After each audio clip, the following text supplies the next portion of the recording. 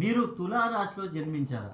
తులారాశిలో జన్మించిన వారు తెలుసుకోవాల్సిన కొన్ని నియమాలు నేను ప్రతి వీడియోలో చెప్తున్నాను. తులారాశి వారు కొన్ని నియమాలు తెలుసుకోండి. ఆ నియమాలను తెలుసుకొని మీరు పరిహారాలు చెప్తాను. అవి పాటించినట్లయితే మీకున్న సమస్యల నుంచి బయటపడవచ్చు. ఎందుకంటే తులారాశి వారికి ప్రస్తుతం గురువు కర్మస్థానంలో ఉన్నాడు, శని భగవానుడు 6వ స్థానంలో ఉండడం వల్ల వారికి అనేక సమస్యలు వచ్చే అవకాశం ఉంది. కాబట్టి ముఖ్యంగా తులారాశి వారు ఇంటికి మొదటి కానీ తృతీయ కానీ సంతానం అయి ఉండరాదు. అలా ఉన్నట్లయితే మీకు అనేక సమస్యలు. అదేవిధంగా వీరు ముఖ్యంగా తూర్పు దిక్కున నివాసం ఉండరాదు. తూర్పు దిక్కున నివాసం ఉన్నట్లయితే అనేక సమస్యలు. 3 SLGCA అనే అక్షరాలతో పేర్లు మొదలు కాకూడదు. అలా మొదలైనా కూడా అనేక సమస్యలు.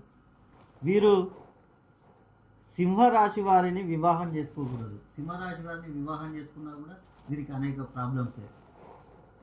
వీరి డెస్టినీ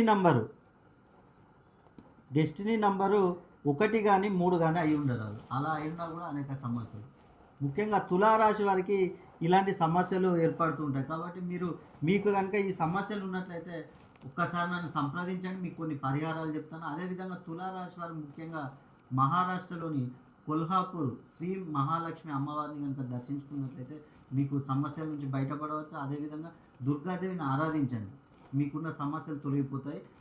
మీరు మీ పేరులో సంఖ్యాబలాన్ని ఒకసారి చెక్ చేసుకోండి, ఏ విధంగా ఉందనేది చెక్ చేసుకొని కనుక మీరు ముందుకెళ్ళినట్లయితే మీరు ఈ సమస్యల నుంచి బయటపడవచ్చు.